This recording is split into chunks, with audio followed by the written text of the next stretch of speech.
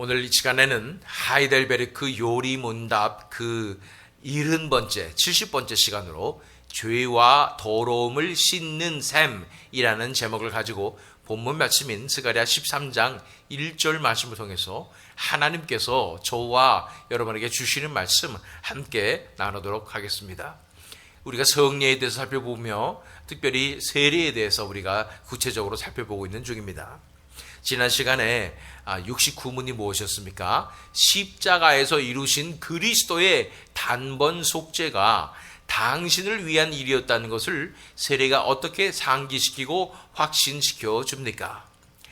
그 답을 그리스도께서 외적인 씻음의 제도를 정하셔서 물이 몸의 더러움을 씻어내듯이 그리스도의 피와 영이 나의 영혼의 더러움, 즉 나의 모든 죄악을 깨끗이 씻어주시겠다는 약속을 하십니다.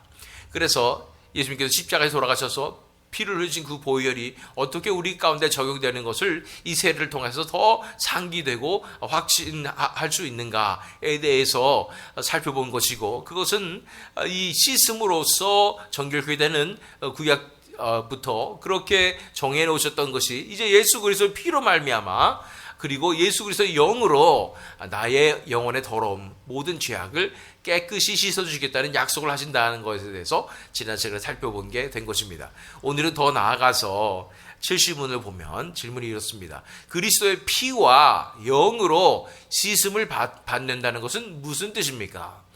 우리가 69문에서 그리스도의 피와 영이 나의 영혼의 더러움, 즉 나의 모든 죄악을 깨끗이 씻어주시겠다는 약속을 하십니다 라고 말했기 때문에 그리스도의 피와 영으로 씻음을 받는다는 것은 무슨 뜻입니까? 라는 질문이었죠. 이것에 대해서 하이델베르크 요리문답은 이렇게 대답하고 있습니다. 그리스도의 피로 씻음을 받았다는 것은 그리스도께서 십자가의 희생으로 우리를 위하여 흘리신 피로 말미암아 하나님께서 은혜로 우리의 죄를 용서하셨다는 뜻입니다. 그리스도의 영으로 씻음을 받았다는 것은 성령께서 우리를 거듭나게 하시고 그리스도의 지체가 되도록 성화시키셔서 점차 죄에 대하여는 죽고 거룩하고 의로운 삶을 살도록 하신다는 뜻입니다. 자, 그래서 그리스도의 피와 영 두 가지죠. 그리스도 피로 씻음을 받고 그리스도의 영으로 씻음을 받는다는 것은 어떠한 의미를 가지고 있냐는 것에 대해서 우리가 살펴보기를 원하는 것입니다. 그래서 그리스도의 피로 씻음을 받았다는 것은 그리스도께서 십자가의 희생으로 우리를 위하여 흘리신 피로 말미암아 하나님께서 은혜로 우리의 죄를 용서하셨다는 뜻입니다. 예수 그리스도의 십자가의 희생으로 흘리신 그 피로 말미암아 하나님의 은혜가 부어져서 우리의 죄를 용서하셨다는 의미가 된다고 말씀하고 있는 것입니다. 우리 베드로전서 1장 2절 말씀 읽어보면 우리가 이 레퍼런스 구절은 다 우선 새 번역으로 우리가 읽고 있습니다. 하나님 아버지께서 여러분을 미리 아시고 성령으로 거룩하게 해주셔서 여러분은 순종하게 되고 예수 그리스도의 피 뿌림을 받게 되었습니다. 여러분에게 은혜와 평화가 더욱 가득 차기를 빕니다.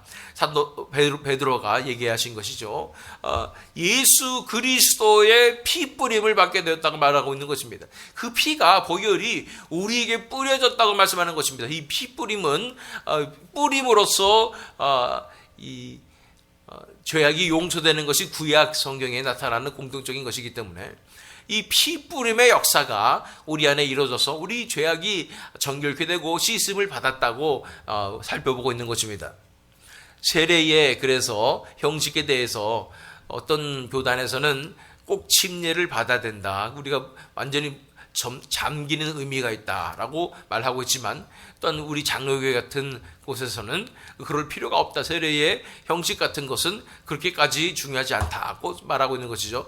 특별히 구약 성경에서도 이 물을 뿌려서 정결케 되는 이런 뿌림으로써 정결케 되는 모습이 나오기 때문에 그러한 뿌림의 이 세례의 의미에 대해서 우리가 서포트를 할 수가 있게 되는 것입니다. 어쨌든 예수 그리스도의 피 뿌림으로 우리가 죄의 사함을 얻게 되었다고 살펴보고 있는 것입니다. 요한계시록 1장 5절 말씀을 보면 또 신실한 증인이시요 죽은 사람들의 첫 열매이시요 땅 위의 왕들의 지배자이신 예수 그리스도께서 내려주시는 은혜와 평화가 여러분에게 있기를 빕니다. 예수 그리스도께서는 우리를 사랑하시며 자기의 피로 우리의 죄에서 우리를 해방하여 주셨고 라고 말씀하고 계신 것입니다. 예수 그리스도의 피로 우리를 죄에서 해방시켜 주신 것입니다. 피로 죄악을 씻어주시고 용서해 주실 뿐 아니라 우리를 죄의 권세에서 해방시켜 주셨다는 것을 우리가 기억할 필요가 있는 것입니다. 예수 그리스도의 보혈의 능력은 우리 죄를 깨끗하게 씻어주실 뿐 아니라 그 피의 놀라운 권능으로 어둠의 세력을 무찌르시고 짓밟으시고 우리를 죄의 권세로부터 자유케 하셨다는 것입니다. 우리는 이 죄를 의인화해서 설명한 그런 성경의 구절들을 보면서 결국은 이 죄에 무슨 권세가 있고 그래서 죄가 살아있는 것처럼 우리를 조종하며 우리를 세뇌시키며 우리를 얽매여서 그렇게 우리를 죄악으로 이끌며 지옥으로 이끌고 가고 있다는 사실에 대해서 살펴본 적이 있습니다. 이런 죄의 권세, 살아있어서 역사하는 것 같은 이 죄의 권세로부터 이 보혈의 놀란 능력으로 우리를 해방시켜 주셨다고 말씀하고 있는 것입니다. 제가 여러 차례 설명했듯이 이 죄라는 것을, 이 죄성을 예수님께서 핀셋으로 딱 뽑아서 바닥에 던지시고 밟으셨다라고 설명해 드린 적이 있는 것입니다.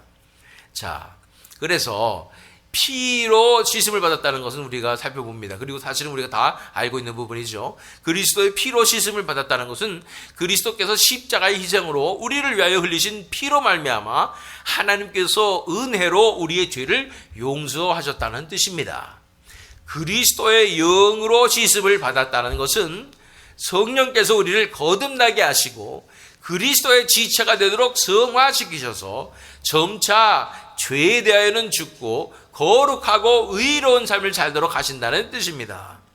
그래서 그리스도의 영으로 씻음을 받았다는 것은 그리스도 영이신 성령님, 우리 아버지의 영, 아들의 영, 이분이 바로 성령님 아니겠습니까? 성령님께서 우리를 거듭나게 하실 뿐 아니라 새로 태어나게 하시고 새 생명을 부어주실 뿐 아니라 그리스도의 지체가 되도록 이제 성화의 과정을 거치게 하셔서 점차 죄에 대하여는 죽고 또 거룩하고 의로운 삶을 살도록 의에 대하여는 살아서 그렇게 점차 예수 그리스도를 닮아가는 그 삶으로 이끄시도록 역사하신다는 것입니다. 이것이 바로 영으로, 주의 영으로 씻음을 받게 된다는 것의 의미라고 말씀하고 있는 것입니다.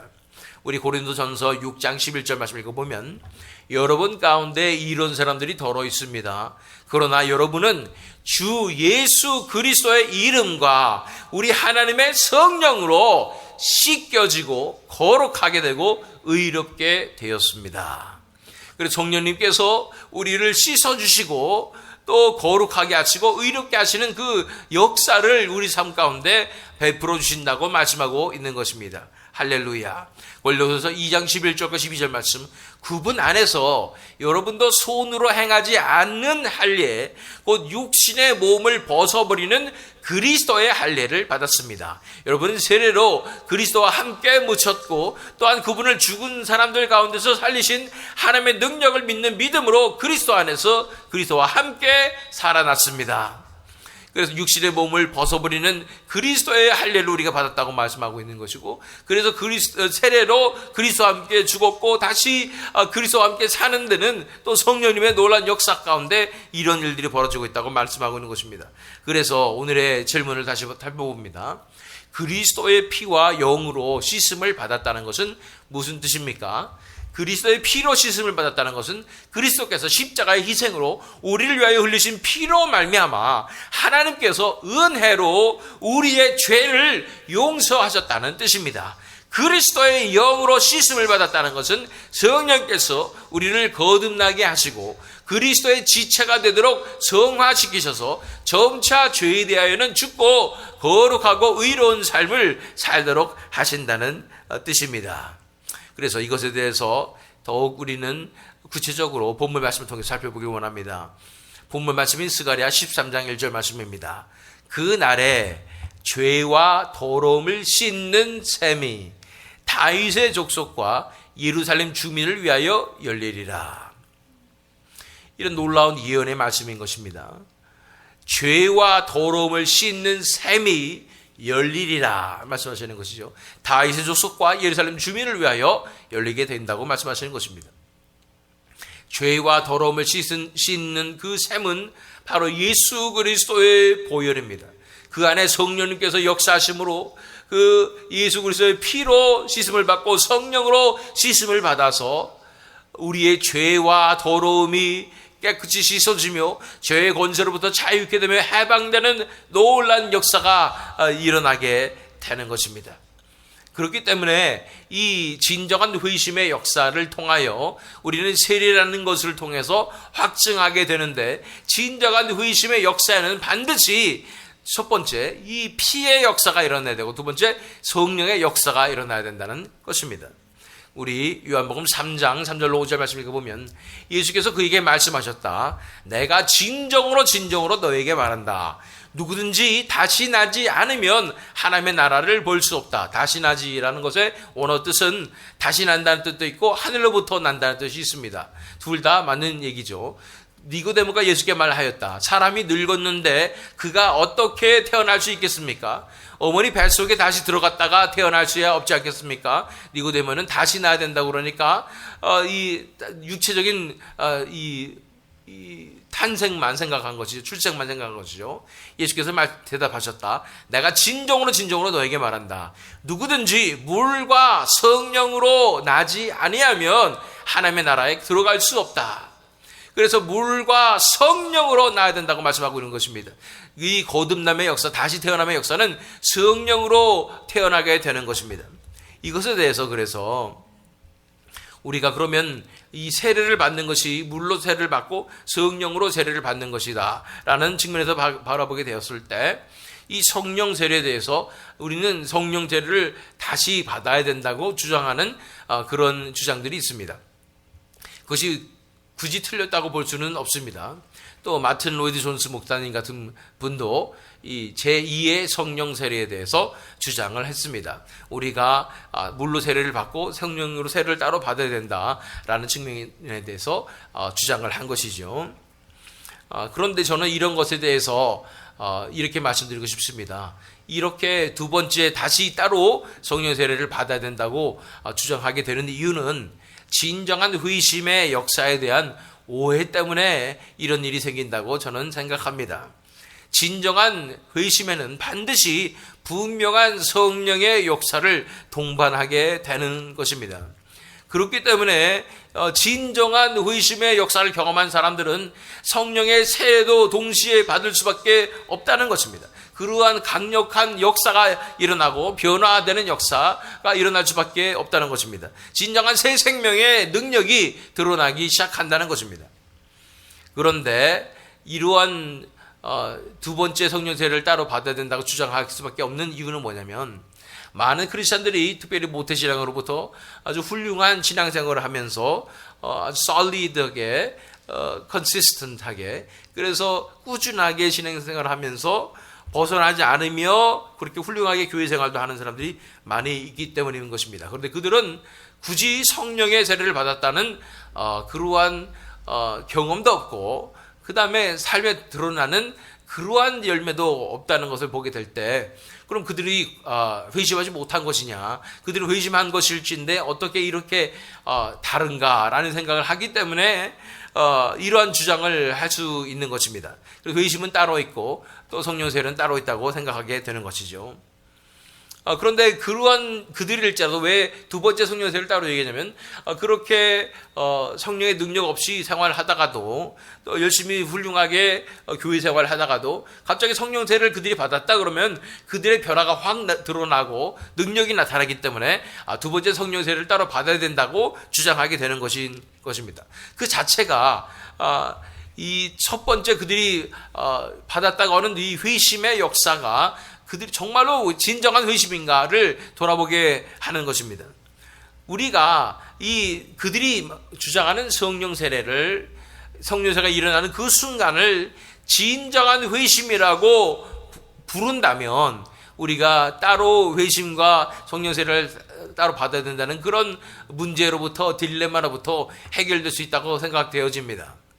다시 말해서 회심의 범위를 너무도 넓혀놔서 우리가, 또는 좁혀놔서 우리의 예수 그리스도를 믿고 우리의 믿음의 고백을 하고 회개하고 이 정도를 가지고 회심이라고 표현을 하게 된다면 그러면은 세심한 사람들이 많게 되고, 그러나 그 중에서 또 진정한 변화와 성령의 능력이 나타나는 사람들이 드물기 때문에 그런 사람들은 성령 세례를 또 받은 사람들이다 라고 얘기하면서 성령 세례를 구해야 된다 이렇게 말하게 되는 것인데, 근데 만약에 이 회심의 역사가 정말로 우리의 기질이 변하며 우리에게 새 생명이 임하여서 또 성령이 주어져서 우리가 변하지 않으며 굳건해지는 하늘로부터 는 믿음을 받아서 나의 인생을 온전히 내어드려지고 다시는 뒤돌아서지 않는 그런 믿음으로 나가게 된다면, 그러한 확실한 이 변화와 경험이 일어나게 된다면, 그러면 우리는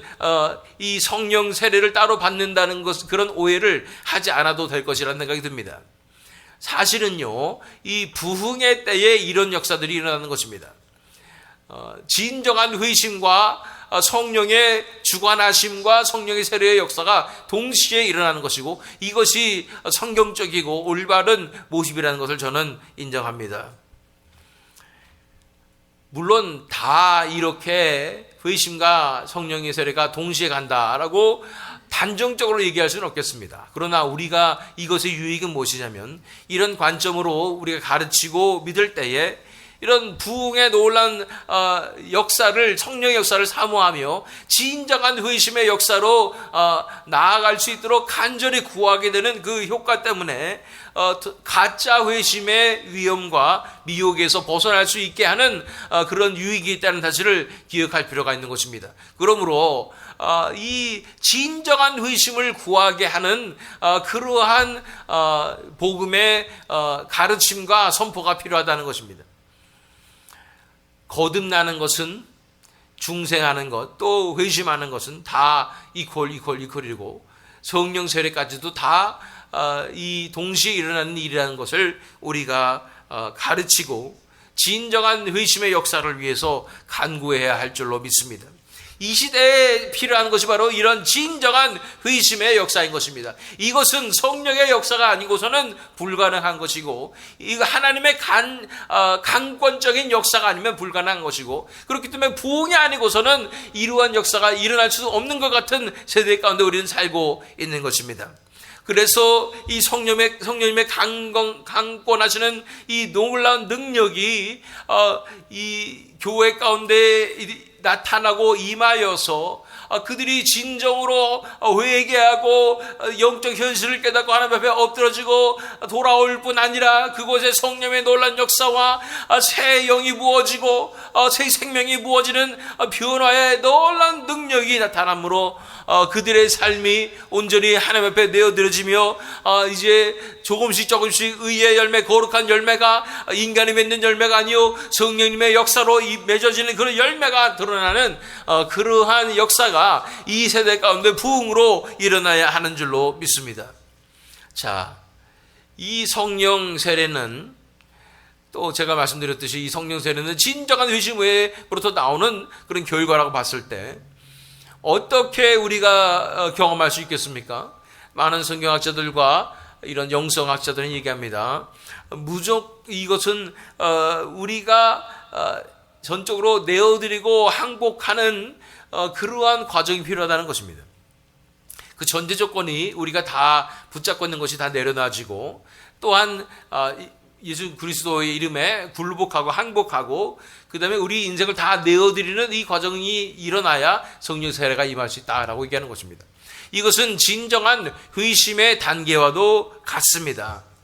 하나님 앞에 온전히 다 내어드리고 내 인생을 맡겨드리는 신뢰와 믿음으로 나가게 되는 것입니다. 자, 이 성령 세례는, 진정한 회심은 우리가 어떻게 받겠습니까? 이것은 인간의 노력으로 되지 않고 인간의 간절함으로 되지 않지만 이것은 결국 하나님의 은혜로 부어지는 것입니다. 우리가 이렇게 노력하고 이만큼 하루에 몇 시간씩 기도하고 뭐 이렇게 하면 돌을 쌓듯이 이렇게 하면 이것이 자연스럽게 임하는 것이 아니라 전적인 하나님의 은혜로 주어진다는 사실을 우리가 알게 될 때 이것을 위해서 특별히 이것을 스페시픽하게 구체적으로 이 진정한 회심의 역사를 위해서 우리가 간구해야 함을 믿습니다. 역사적으로 청교도들도 그렇고 이렇게 진정한 회심의 역사가 일어나도록 간구하여서 하나님의 은혜가 마침내 임하는 것을 경험하고 그들의 삶이 변화되고 그들은 그 다음부터는 능력의 종으로 쓰임받게 되는 것을 보게 되었습니다. 그렇습니다.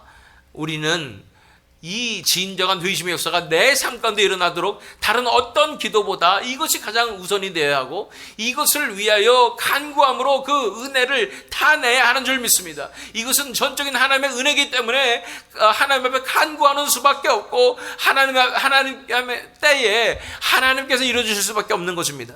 그러나 누구든지 주의 이름을 부르는 자는 구원을 얻으리라고 말씀하시는 하나님께서 간절하게 진심으로 하나님께 구할 때 어느 때가 되든지 하나님께서 반드시 그런 놀라운 역사를 진정한 회심의 역사를 부어주실 줄 믿습니다. 그러므로 성령의 세력같이 주어지고 우리가 거듭나게 되고 우리 안에 새 영이 부어지고 새 마음이 부어지는 놀라운 역사가 반드시 일어나게 될 줄로 믿습니다.